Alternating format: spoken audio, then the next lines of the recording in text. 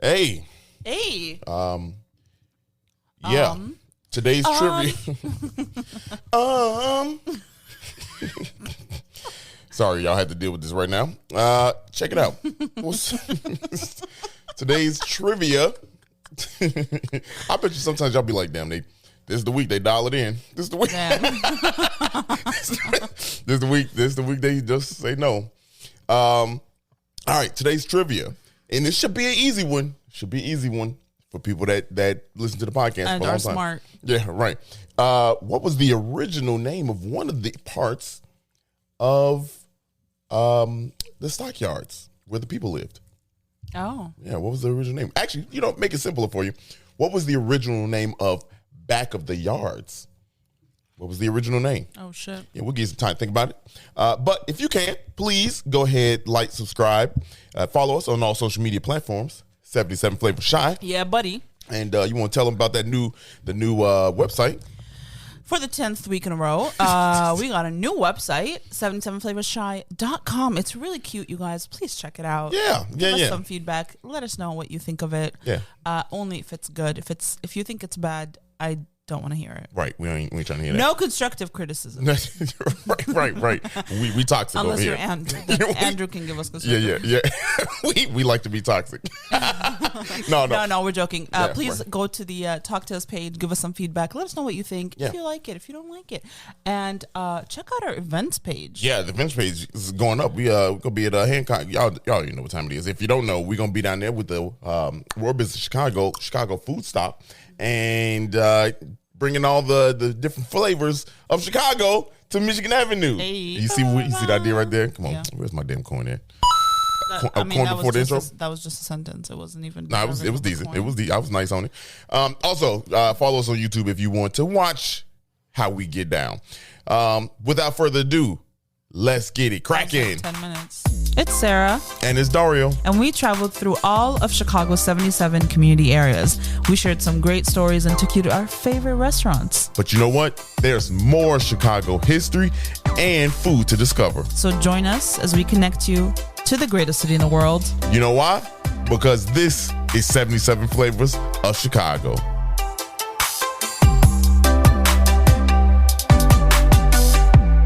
Hey, yeah. Now that intro is lit. I ain't gonna lie. That intro nasty. It is. Mm-hmm.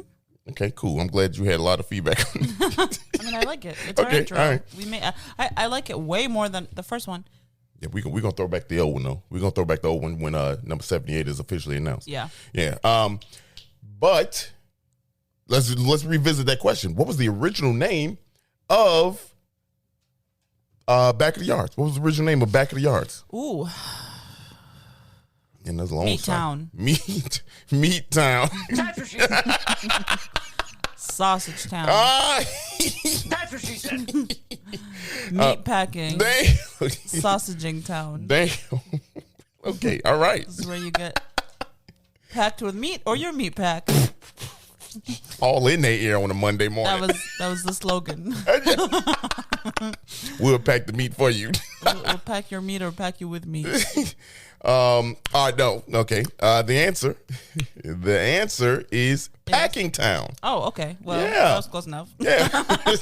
It's Packing Town. And the reason why it's called Packing Town is they were packing shit in it. Yeah, right. Yeah, that's where the poorer workers worked, right? So they lived close by because the thought process was if you ain't got money, you gonna need to live here so your ass can work. Yeah. It's almost like Pullman. Yeah, right. Pullman You know what I mean? Like you live by the industrial park, yes, kind of thing. It's cheap. No one wants to live there. It's cheap. And to revisit why it's called Back of the Yards is because people that worked there, it was like their work was in their backyard. So that's why it's called Back of the Yards now. But there's some fun trivia. We'll tell you more about the stockyards as we get into the episode. But how are you? I'm good. Hey, look, I'm real good. Honestly, this week has been fantastic. Let me tell you. What did we do this week? So, more technology with the gimbal I've always wanted. Got some great news reason as to why I got it. We'll share that a little bit later. But I'm loving this gimbal because I wanted it. For people that don't know, what's a gimbal? A gimbal is a stabilizer that holds your camera so that it doesn't shake and shit like that. So like when you're doing all the cinematic looks and like making the videos and then it doesn't shake and it looks like Yeah, it looks like someone is on like a roller movie. skates moving the camera. Yeah. They're not. They're Yeah. using a gimbal. So I had a gimbal before, Yeah. and the one that I had was too cheap to hold the equipment that I had. So now I got one Upgrade. that actually works and I've been loving it so far. It's holding it's holding my lenses. So before I couldn't do anything, You but need something to hold your lenses sometimes. you know, if you ain't got no lens holder, what are you doing? But no, then my week is great. Photo shoots were great this week. I had two photo shoots that were fantastic. The one birthday was amazing. Shout out to Amy. Her birthday was very fun. Yeah. Celebrated the 50th. That was so fun. That was very fun. And then, of course, I have a couple clients with the Chabad church, and I don't know if I'm saying that right, but I've worked with them. Not church, because they're Jewish. Yeah, okay. All right. I see. These are the things I don't know. You know, I mean, no harm. Chabad, I know that part. Like Synagogue. There it is. However, I've worked with them several times, and they were one of my clients again this week. And it was fun. It's very fun. Shot a bris. You know, I shot a bris. If y'all don't know what a bris is, Google it. Google it, and then you can tell me how cool I am. Trigger warning. Yeah. How you doing though? I'm good. I finally ventured into the world of baking. Yeah, oh, that's right. Yeah. So I got this. I went to the library and I got this cookbook, and it's called Mooncakes and Milk Bread, and it's not only do I not feel like I can bake, I'm also terrified of baking bread. Yeah, you've talked about that for a little while. Yeah. So it's Christina Cho, and she is wonderful. The book is so great to just read. She tells the story of her life and her family and why baking means so much to her. She has guides on how to shop in any kind of Asian grocery store if you've never been to one before, and what to look for, what ingredients you want to buy, what tools you can use, all the techniques. There's so many pictures. It's such a user-friendly kind of book. And I made milk bread for the first time. Oh, did you? And it was fantastic. Yeah, we definitely made the mistake of slicing the bread as it was still hot, because you're really not supposed to slice bread while it's still warm, apparently, because it continues to bake while it's still warm. Oh, while it's still warm. Shout out to our dog doing that. Yeah, for real. He just knocked the mic out my face. But we sliced through it and we ate it with some butter, and it was good. Amazing. We didn't get a chance to make peanut butter and jelly, my favorite food. Yeah, there's a peanut butter and jelly bun, and I'm making that today. Yeah, I can't wait. Yeah, I love this book. Check it out. Most public libraries have a copy that you can either get an ebook version or you can pick up. Also, did you know that you can, if a book is let's say it's at the Harold Washington and that's not your closest library, you can request to pick up the book at your library and they will just ship it to your closest library. That's dope. Now, honestly, I did not know that. Yeah. I know you could return a book to anywhere, but I didn't know that they do that. I mean, granted, it's 2023. Yeah, and also you really, if you don't want to interact with anyone when you go to pick up your book, you don't have to. Your book there's a hold shelf where you put your stuff on hold. You go and you pick it up, and then you just go to the self-checkout portion. You scan your book, you scan your membership, and they do all that. Leave. Yeah, you do all that. For free. It's pretty dope. I love the library. Yeah. We've been, shout out to the Chicago Public Library, man. We've been messing with them heavy, as we should, as people should. That's where you get your knowledge up. Yeah.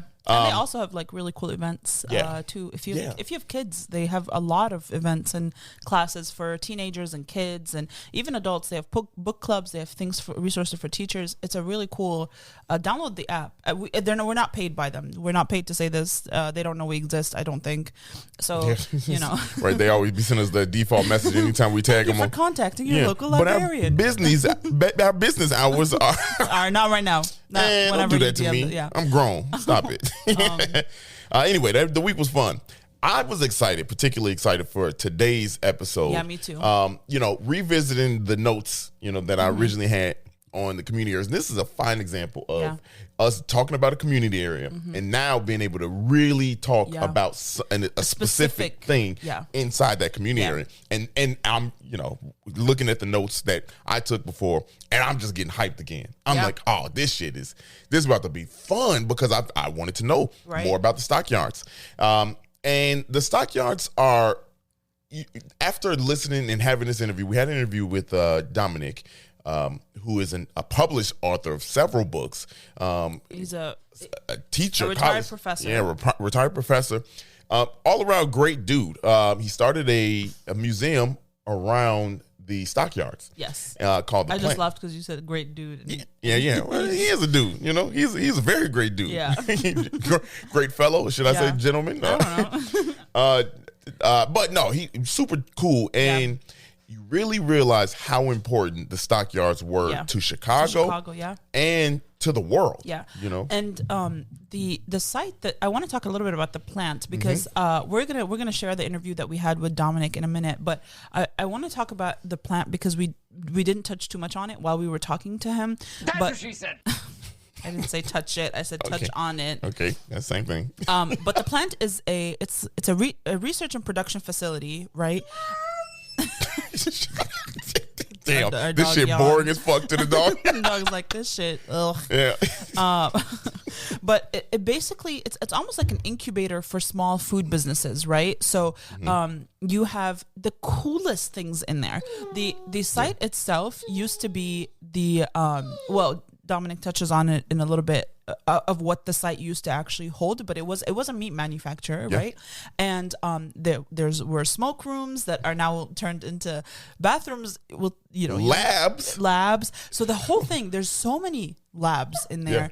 Winery, a brewery, a pizza. You can actually go in and have pizza there. Yeah. There's a little shop that sells locally made soaps and some local books and cheeses, and it's just such a cool space. It's all plants everywhere. It's like the windows are fully open. There's so much natural light. So dope.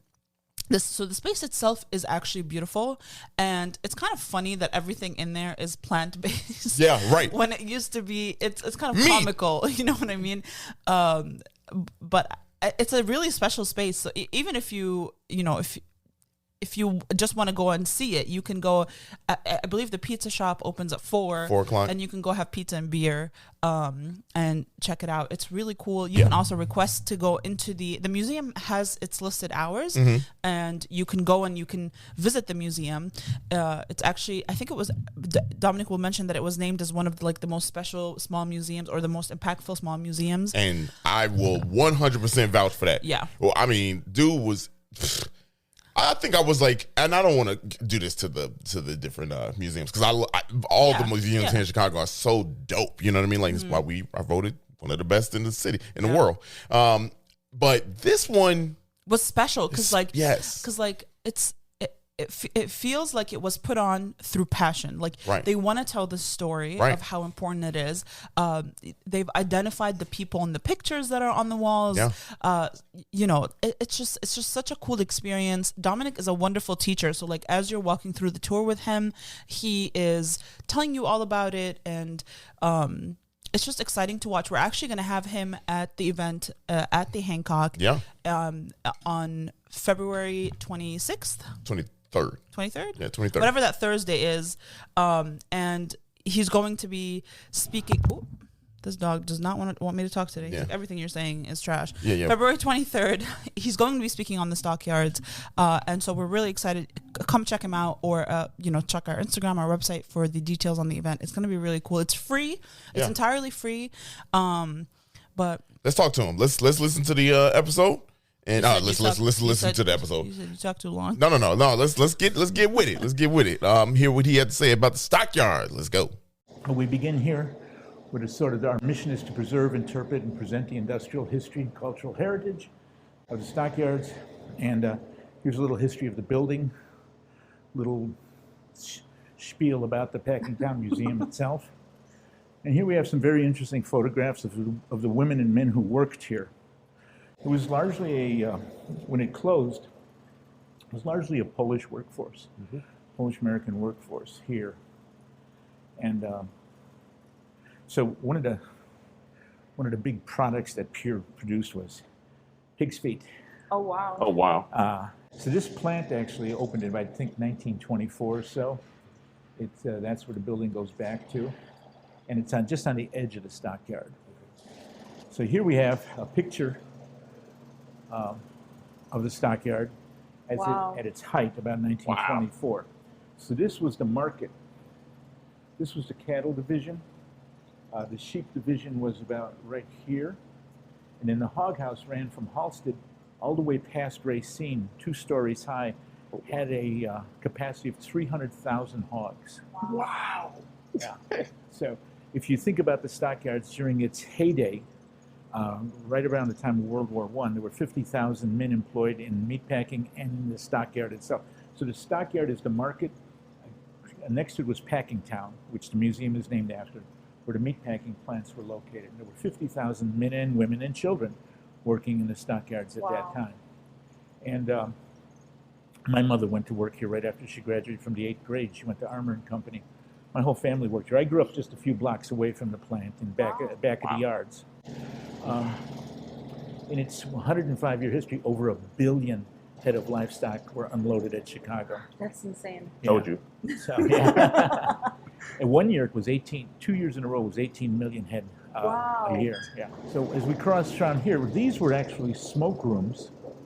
Now there's a bathroom. And now they've been turned into bathrooms. So John Adel has this tremendous sense of humor. Yeah. Yeah. That he repositioned them. You can still see where the smoke came out at the top. So Oh, they were wow. repositioned and they created bathrooms out of it here for the plant. That's so funny. This is a picture of the stockyards about 1965 or so. You can see that the market, many of the big packing houses have already left. Here's our building, Pure Foods. Okay, and this is the actual marketplace that survived, and it stayed open until 1971. And I worked there from 69 to 71. Wow. There's a map that shows the original stockyards. There were about a half dozen or so of the original stockyards. The first stockyard in Chicago was Bull's Head, and that was at Madison and Ogden Avenue. Chicago Bull? Well, they brought bulls, but they weren't no no Chicago Bulls. basketball team yet. So the stockyard unified all these. That's why it's called the Union Stockyard in 1865, and it opened on Christmas Day, 1865. Did they have a union? Was there No, a union for the labor yet. workers? Not Okay. yet. No, but it's just called the Right, Union. 'cause when- Remember, 1865, the Civil War ends. Right, Preserved the Union, so Yep. it has a double meaning. It's a uniter of all the stockyards, but it's also Gotcha. preserving the Union. And most of the people who founded the Union Stockyards were friends of Abraham Lincoln. Oh wow. Oh, wow. Yeah, they were good friends of Abraham Lincoln, and he represented some of the railroads that opened up the stockyard. Wow. So that's the Is that the signature. logo? That's the logo of the Central Manufacturing District. That's so cool. That is cool. Now, before we go into the museum proper, let's take a look out here.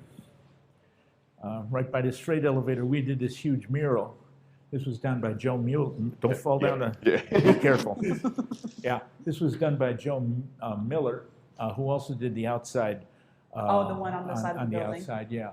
And this is based actually on historic photographs. We're actually going to have a list of the photographs and identify as many people as we can in the photographs. Wow. This was a fellow who was a meat inspector here until it closed in the mid-2000s.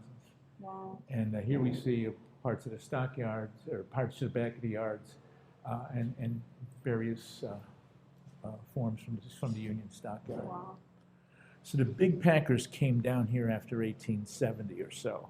They had been already in Bridgeport along the river. Mm-hmm. So the south branch of the river on Canal Street to Halsted, that's where the meatpacking plants were located. And the river would turn red with blood. Yeah, right, Bubbly Creek. Bubbly Creek is actually from here. It comes a little bit later. And so I'll show you on the map. Yeah. So let's go into the museum proper. So this map I found in an abandoned building in the stockyards, Wow. and it is from 1891. This map is This original? 1891? Yeah, well, this is actually a photograph of the map. Oh, They okay. have the map in storage, but it would turn yellow if Yeah. it was Yeah. because of the air, Yeah, you know. yeah. So this is actually a photograph of the map, but it looks Wow. pretty much it's identical. Right. And here you see 47th Street. So the stockyards go from 47th Street to 39th Street, or what we call today Pershing Road, Persian, Yeah. yeah. and then from Halsted to Racine. And then west of Racine was Packingtown, the meat packing houses. And then the back of the yards is west of Ashland Avenue. So here, what we do now along the wall is we take people through the process itself, the shipping of livestock to the Union Stockyard. Originally, livestock were driven on the hoof. So if you lived on Archer Avenue, you could have 300 hogs going by your Yeah, you house just- in a morning on the way to the packing houses, or cattle or sheep. No roosters, just No roosters. just the chickens. Sheep, cattle, and hogs, Yeah. and horses, because the horse market too. But when the stockyard opened, it was connected to these 9 railroads, and the railroads began to carry livestock in the 1850s.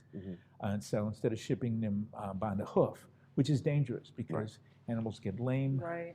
or they put on, they get heart attacks. Yeah. Oh. Also, they put on, they build muscle, which makes bad meat. Right. Yeah. Okay. You need that You fat. need the fat. Yeah, you need the fat, you need right. the fat. So here we have the livestock being unloaded at the stockyards. Here, livestock being loaded into the cattle train, into the cattle cars to go to the Union Stockyards. This is one of the scales that could weigh Wow. 25 head of cattle at a time. How much did that weigh? Oh, God, well, you know, cattle's about 800 to Yeah. 1,000 pounds apiece. Right. So That's 25. crazy. That held like 25,000. pounds. That's yeah. 10 tons. Yeah, yeah. More than 10 tons. Yeah, and here are the pens. It was basically a sea of pens. Yeah. So if you didn't work here and you came to the stockyards, you get lost in the pens very quickly. Yeah. But when Chanute, Chanute Air Force Base, he helped the Wright brothers develop the flying plane. He was also a developer of railroad yards, and he built the stockyard. He laid the stockyard out in 1865. Chanute gave an address, just like every Chicago house has an address, to every pen. So What? you knew where to go. Wow. So if it said Division D, Pen 142, you knew where to go. But if you just walked in, you could get lost in the stockyards Yeah. because literally the pens were about this high, Yeah.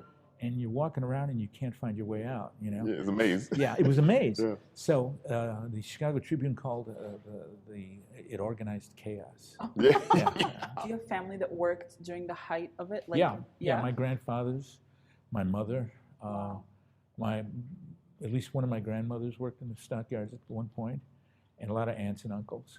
Yeah, That's crazy. yeah. No, the thing that everybody talks about is the smell. Right. And the smell could be overpowering, but to me, it was fresh air. I mean, I had no idea. They smell normal to you, huh?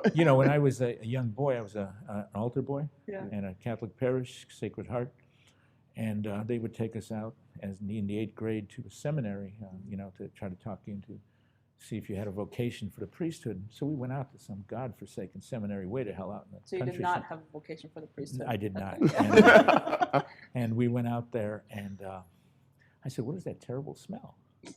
It was fresh air. I actually got nauseous Oh, no. because the smell from the stockyards is what I grew up with, and what That's so I thought funny. was natural. So the normal. entire back of the yards area smelled like livestock. Not only like livestock, but there were all the fumes and everything else that came out of the packing houses. I've seen reports that said at one time in the 1920s, people could tell the time of day by the way the smell changed Oh, wow. because going through the process, I could believe that. That's- I could believe that. Yeah. So actually, it was I talked earlier about it being sort of an epiphanal experience. Well, 500,000 people a year came to the stockyards in the early 1900s to be tourists, to visit the stockyards. You had guided tours. These are some of the tour books that were handed out during these things. And these books would take you through the entire experience. And you would go on these guided tours. And so people like Sarah Bernhardt, who was a famous actress, the nephews of the Emperor of Japan, Wow. What? princes from Russia would come and go through these tours. The famous sociologist Max Weber writes about it. He actually visited also. So they would go and they'd see the hog kill. Now, you understand in about the 1890s, a skilled butcher and his assistant would take 10, maybe 12 hours to slaughter a steer and dress it, which means take it apart. Yeah. Okay? But at the stockyards, it took 34 minutes. Wow. Wow. So, and so with a hog, it took about 6 hours for a farmer. Everybody knew how to kill a hog. Right. People Yeah. lived on farms. Yeah, right. People in Mississippi, people in Illinois, Yeah. people in Poland, Yeah. Ireland. They knew how to kill a hog. You picked it up on a tree, you hung it up, Yeah, you cut it, you slice it. and you did that. It took about 6 hours for a farmer and his assistant to cut up a hog. At Chicago, it took 24 minutes. So it was a slap in the face. So everybody's sitting here like, what? How are they doing this? But how did they get to that? Is it like automation or like what is- Well, you see these rails up here? Yeah. The hogs would move along on a rail and pass Oh. hundreds of men and women, Oh. and okay. until they're down. Oh, in the so coolers. it was a process, like an assembly Yeah, line. so almost. it's an assembly it's a line. disassembly line. This- In fact, yeah. Henry Ford visited the stockyards and got his inspiration for the assembly line Stop from it. the disassembly line. Yeah. What? That just gave me Yeah. goosebumps. What? Yeah. I did not know Are that. y'all catching this? So here you have this. So this is an epiphanal experience. Yeah. And Japanese have a term called satori. It means slap in the face. Yeah. So That's it's a- what this was. So you're coming and you say, well, oh my God, look at that. So 500,000 people a year are coming to look at this. Now these tours last into the mid-1950s. Wow. I have friends who came here as 9-year-olds to see the hogs Yeah. slaughtered. Wow. And it is impressed on Yeah. their mind. I can imagine.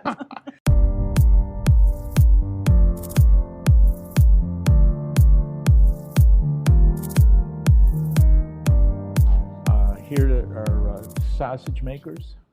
Women were brought in to be so women were not allowed to hold a knife. Right, because women can't. Well, because no man wants a woman with a knife in her hand. That's checks out. Until 1894, when they broke a strike. East European women came in and broke a strike.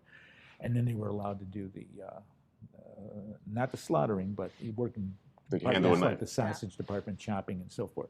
But the first women were introduced in the canning department. And my mother worked in the canning department in the 1930s and early 1940s, the canning department at Armour and Company. This is the soap kettles. So everything was used, okay? Everything but the squeal. Wow. You know, and the thing is that supposedly Armour said that, and he said, if I could pack the squeal and sell it, I'd sell it too. Wow. What's the squeal? Oh, Yeah. the Yeah, actual that. sound. Yeah. And remember, when the hogs are lifted up into the air, they scream Yeah. because they know what's going on. Yeah, they know it's over. Hogs are very smart. How much did they pay you to do that from 5 to 1:30? Geez, it was about $3 an hour. $3 an hour to just Yeah. cut. But $3 an hour is not Was- bad. I guess in that was- 1969, 1970. Yeah. It was not a bad deal. That was We're making $7 an hour today. I was making probably before that. I was making $1.25 an hour. Oh, wow. You know, So because that was it was double. minimum wage. Yeah. Yeah. $1.25. And I was suddenly making $3, so So that was they pretty almost good. doubled your Yeah. more than Balling. doubled, Yeah. This deals with the University of Chicago Settlement House, which later became known as McDowell House after Mary McDowell. This is Mary McDowell, the founder. She was a good friend of Jane Addams, and they opened up in 1894 here. And we're just down the street from us here on Gross Avenue, wow. which is now called McDowell Avenue. So she's in here. There was also a small Polish crazy. Yeah. Catholic settlement house also, just on the What's a just on the settlement corner. house? That's what Jane Addams kind of did for the Italians in Right. Little So Italy. Jane, social work. Yeah. Oh, is that like the whole house? Yeah, that's Jane Yeah, Addams. yeah, Yep. Jane yeah. Addams' home house. Yep. Here is a Polish family. This is my grandfather Oh, really? Wow. and my grandmother, Wow. and their wedding picture in 1915. Oh, that's Wow. And he worked here in this plant. This is his paycheck from 1947. What? Yeah, he made How much was he balling out? $42. $42. Yeah, Hey, that's pretty good. That's a month's rent. 42. 42, y'all. Yeah. That was so good. Yeah, buddy. Man, that was dope. Yeah, and we've covered the stockyards before, but I feel like I just learned so much more this time Yeah. from someone that literally wrote the book on the stockyards. Yeah, some of that information is just so like I think just being able to visually see it, Yeah. being in one of the buildings that was part of Yeah. the facility, and him working at the Stockyards.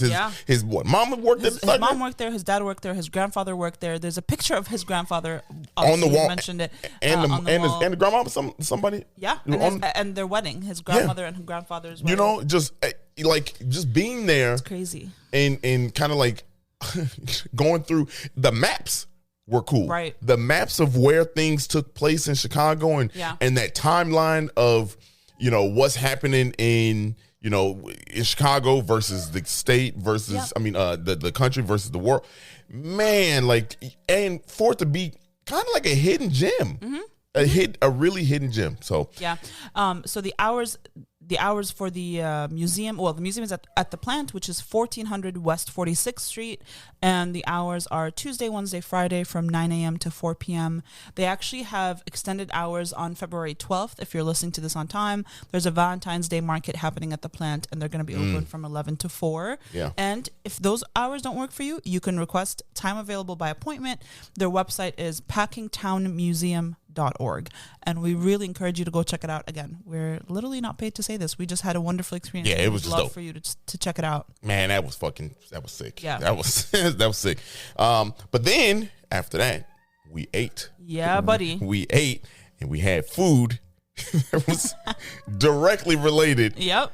To the Stockyards, and we'll talk about that after the break.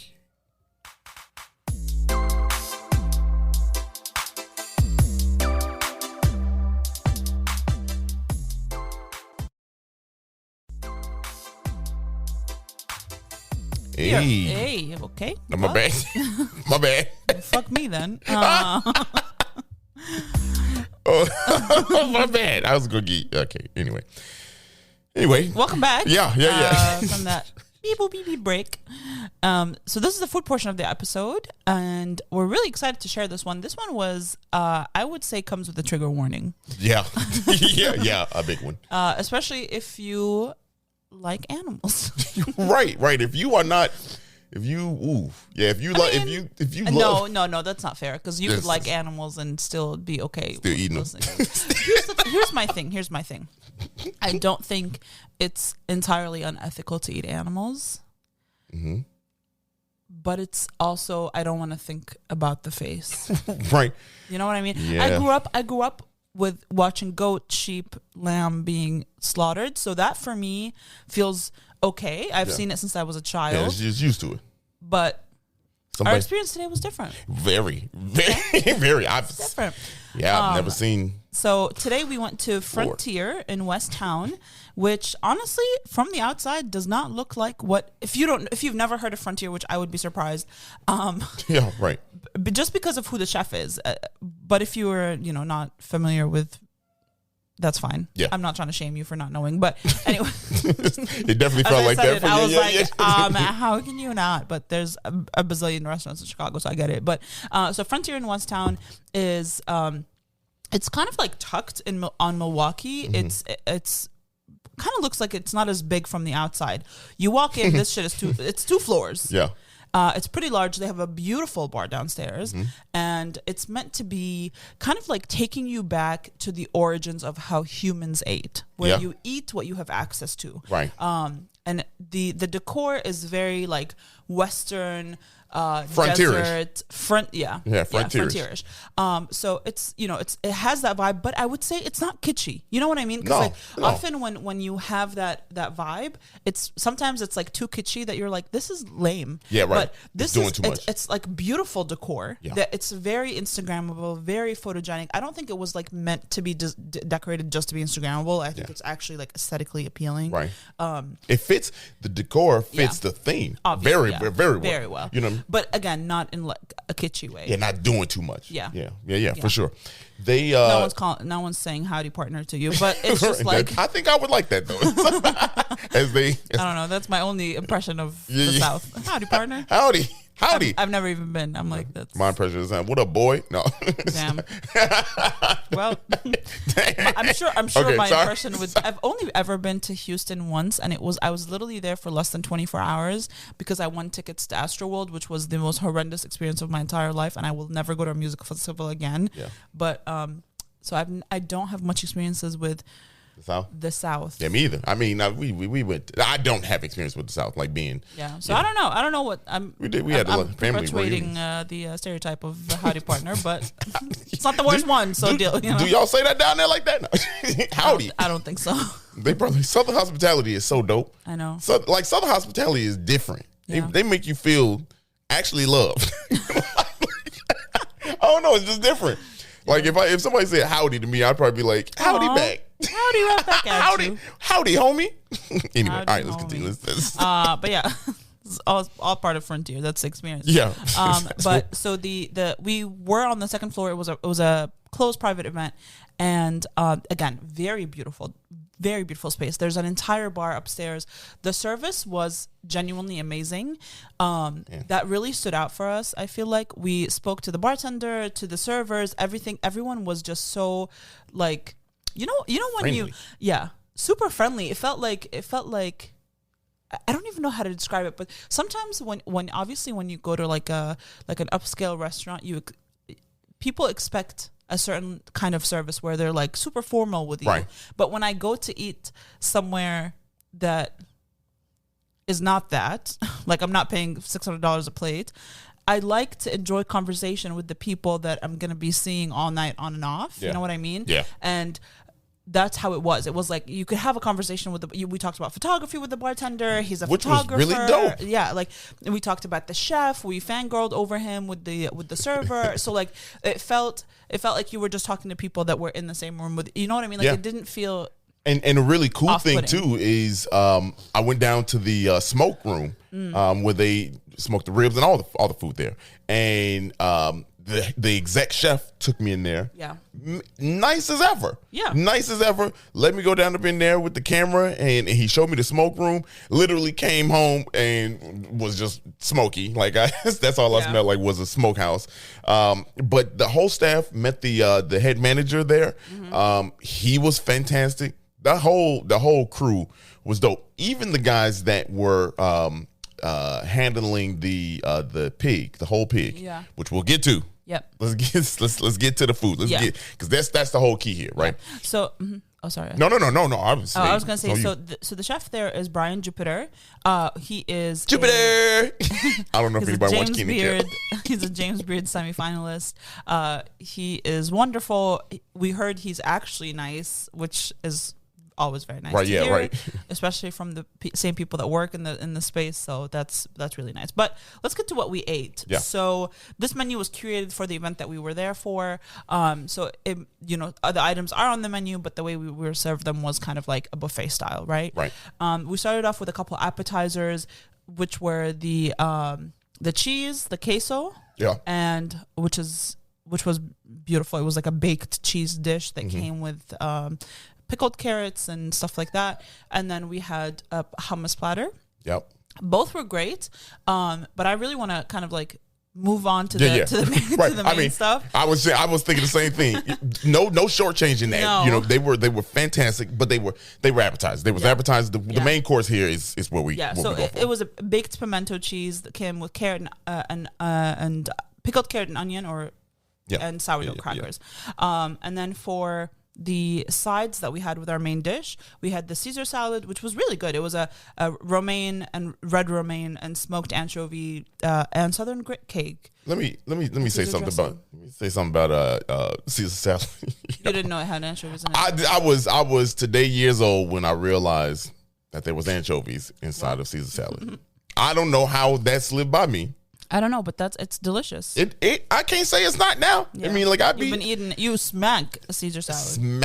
I'd be like, give me extra dressing. You know what I mean? Like, give me, and like that's the part when I can't just be flip floppy now. Yeah. I No, you guess I do eat anchovies like that. Yeah. It's amazing what ingredients can do. No one eats an anchovy by itself. A whole No anchovy. one's just grabbing an anchovy Right. and eating it. Like I guess it's- that's what I'm thinking. You know what, You know what I'm saying? Like Like- that's just ridiculous. It is ridiculous. And then we also had the Gate, kale salad. you was way off. I know because I want to say letters. goat, so I said gate. Nah. The kale salad with goat cheese, dried cranberries, apples, chives, almonds, and a vinaigrette. Yeah. And then we had the 5 cheese mac and cheese. Here it is. Okay. Yeah. So this was one of the best mac and cheeses. Yep. We've had it in a little bit. Yep.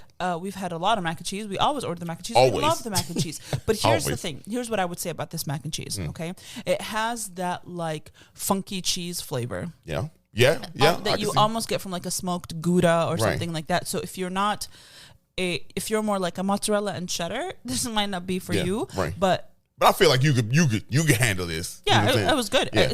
It's I don't know what the 5 cheeses are, but Me either. But it was really good. man, let me tell you, really good is not fair enough to this. It was outstanding. I think everybody that was there, we smacked that macaroni and cheese. Yeah, that was the first thing to go. It was gone. It was. I remember sitting down and you were like, "You might want to go up there." Yeah, I was like, the mac and cheese almost gone. I want to grab some. Boy, I left so fast. I was like, "Let me go ahead and get me Yeah. some of these scoops." This shit was. It was like that thick, rich, creamy, like. Yeah. Let them know. Yeah, hey, you know what I'm saying? It was that. It made the macaroni sound too. You know what I'm saying? No, that's not what I meant. Yeah. Oh well, that's what it did. It was so good. Yeah. I think it matched. It was the star. You know, Was it for you? I think so. It Okay. was. And, you know, if I have to give an MVP out, don't mean that nobody else played good. I'm just saying that MVP person that was getting you buckets, that one, the macaroni and cheese was definitely it. Was definitely it. Yeah. And then, you know, I'm not gonna say the Caesar salad. That's whack for me to say that. But it was damn good too. This is what I'm was trying good. to say. No, but the macaroni and cheese, fantastic. Yeah. We also had the barbecue cod. Oh, I forgot about that. Yeah. Damn. The only thing I would say is the cod comes with the bone in it. It's not Yes. not a deboned fillet. So be careful with that. But Very how was careful. that for you? Aside from the bone that I got surprised by, I don't know why I dug in, so jumped into that man real quick. You and were had a big ready. bite. I was, because, you know, I like fish. And barbecue cod, like, I don't think I've ever had barbecue Cod. cod. Like, I don't know that I have either. have I ever had barbecue fish? Like, think of, like, have I? I don't think so. I don't know. I mean, I don't know, I maybe- just met you. No. No, I'm just What saying. you've been having in your life. I'm just saying, like, is that a normal thing? Like barbecue and fish? I'm sure. I'm sure. Maybe, you know, they steam me, put it on I the don't know. grill. My family mostly fried and baked fish. Right, so- same, you know, same. So, but nonetheless, this was fantastic with the barbecue flavor Yeah. in it. The cod was fantastic. I thought, man, like it was very white on the inside. The bones, you got to be careful with the bone because like Yeah. it's a very thick piece of fish. So your eyes can be enticing to be like, Right, yo, I so want just to, dig I in. just want to dig in, but you got to be careful with it because the bones are thin, they're small. You know how fish bones are, but that was also a fantastic It was. fantastic dish. Yeah. We then also had the duck and rabbit rice. Oh, you must have had that because I didn't. I believe so. I think it was duck and rabbit dirty rice. Man, that shit sound good. I know it was good. Wabbit season. Duck But anyway, season. let's get to the main thing. Yeah, let's get to it. man. Let's Yeah. get to it. So They bring out a whole damn pig. okay. Well, they ordered a roasted pig. Yeah. Smoked. I'm sorry, smoked pig. Yeah, right. smoked, So yeah. they smoke all kinds of meats at Frontier. Mm-hmm. They do pig, boar, goat or lamb. I mean, and alligator. Alligator, right? Yes. And the alligator stuffed with chicken. Yeah. A chicken gator. We were trying to Chicken gator. A gatorkin. Gatorkin. Turducken. Yeah. But an alligator. Anyway, we had the pig. Yeah. And let me And tell by you. that, I mean, we had the pig. Yeah. It was a whole pig. With the whole pig, y'all. Like the whole. So they bring out the pig and they bring out the person carving it right there in front of Yeah. you. So it's not like they take it back. And No, then they carve it right there. They carve it right there. And when we say carve it, everything. Everything. Yep. Eyeballs. Yep. Brain. They crack the skull open right Yep. there. And the snout. The snout. The tongue. Brain. Everything. And if two brave souls eat the eyeball, You get a shot. You actually get a shot, a free shot for doing it. And you probably need the shot. Yeah. To chase that shit down. Because, I don't know. I don't know Yeah. if I could do that. I've had brain and tongue and cheek before. You've had cheek at Gadabout. Have I? Yes. Oh shit! Got about y'all got me like that? Yeah, they make a a braised cheek hash. Yeah, R.I.P. Get about. I know.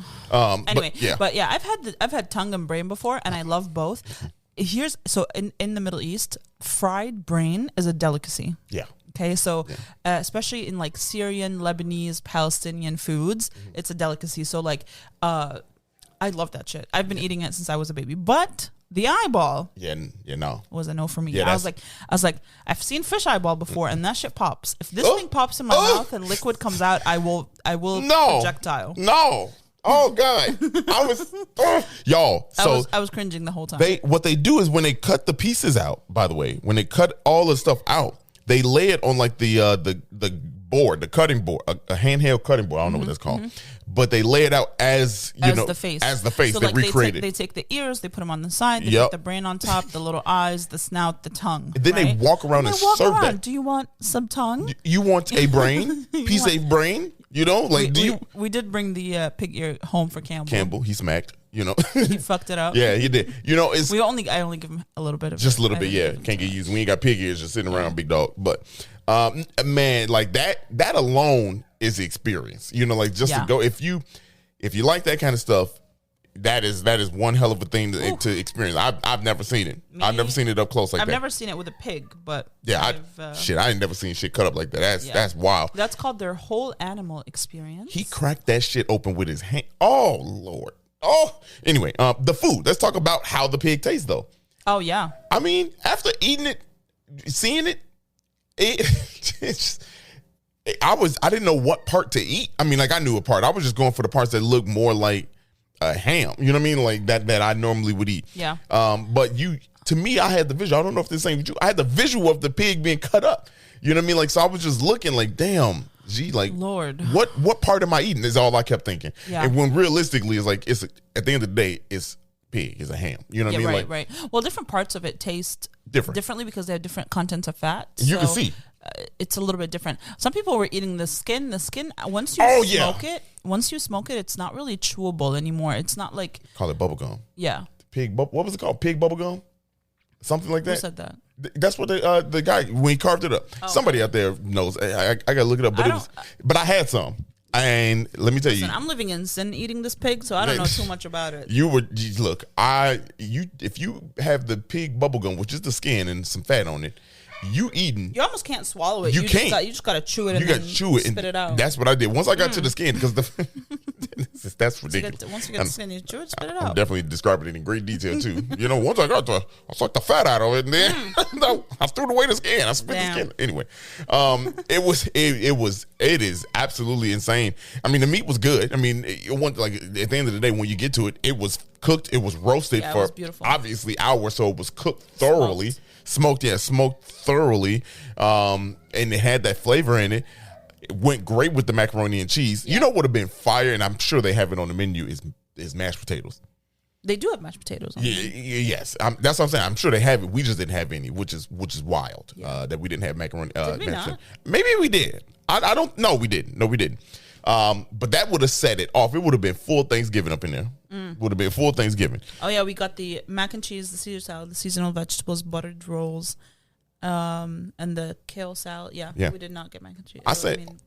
Mashed potatoes. Overall, y'all, man, look. It was an experience. Listen, even if you... You don't have to get the full pig. You know what I mean? You don't have to get the full pig to get the experience. Their menu there's a few things on there. Which, let's talk about the few things. We did have one thing that they're known for. Yes. Is the Wagyu ribs. Yeah. And shout out to the exec chef there that let me grab some right off the smoke rack. And we tasted those. When I tell you, these are like, if y'all ever seen Flintstones and you seen how they eat that big ass brontosaurus, you know, like with the They're bone. large. That is what this is. This is a small version of that. Huge bone. You can pull the bone right out of the meat. That's what she said. And I swear, Wagyu beef, I've never had a rib like that. Yeah. I mean, the way they smoke it, obviously they got their flavors in it. Ooh. It's Carolina barbecue. Oh my God. And then they give you the sauce with it too. Mm-hmm. You get the sauce, like their special sauce. You pour that over. Oh my good. You know, a good rib, just like steak, you don't need sauce. You know what I mean? Because that shit was juicy. It was very tender. It's Wagyu. You know what I mean? Like, it's Wagyu. Most people have it in burgers and shit like that, right? That's probably the primary thing. No, or like a steak. Okay. Oh, yeah, I guess. Yeah, right. Or But like thinly sliced in Yeah. broth, or different. There's different ways. All Wagyu is a higher content. right. Well, that's fat what I'm saying. animal. I've never had it as a rib like Me that. neither. Like, that shit was so good. That was way different than a regular rib, which a regular rib is just a cheaper cow. No, Oh, it's there's different parts of the cow. oh, okay. Anyway, this is, you can get, there's so many different things you can get on this menu. Some of the things that stood out was a barbecue lamb shoulder sandwich. They have A lamb shoulder sandwich. They have a few different burgers that sound just incredible. There's excuse me, there's things that are served in platters, so they're for like 2 to 3 people. And then it's like $60, right? Which becomes reasonable when you do $60 for 3 people. It's like $20 a person. You're getting like pretty good quality meat and just cooked in a wonderful way. It's an experience. I don't know if I would, go there as often as I would go to like because I'm just like not a huge meat consumer. Right. But I would go. I mean, I think I would go because you'd be dead of a heart attack in like 1.5 years. This shit was fucking that was so good. It was incredible. Like that Wagyu rib, that might have stole the show actually. Yeah. That was good. But That was good. I was talking to them. They also have a restaurant, a New Orleans style restaurant. Iname. Yeah. Right down the street on the same block. Yep. So you definitely check them out too. We will be back and to check that out. It's a cool experience. Yeah, for sure. yeah. Shout out to Chef doing his thing, man. Chef doing his thing. Chef doing his thing. Yeah, cool. We gotta figure out how to transition out. Well, yeah, there we go. That's the transition. Shit. But you stop talking. I know. I'd stop talking. I'd be giving you your time. This is not giving me my time. It's forcing me into it. It has to be organic. If I do it now, it feels forced. But if you like this episode, send it to someone you like. Brighten their day, make them feel better. And if you hated this episode, we understand it was a whole pig. We're talking about bursting eyes and shit. That's better than. But still, send it to someone you hate so they could ruin their day with the description of a dead pig. Damn. We'll see y'all next week. Hey, yeah, I guess y'all. Bye.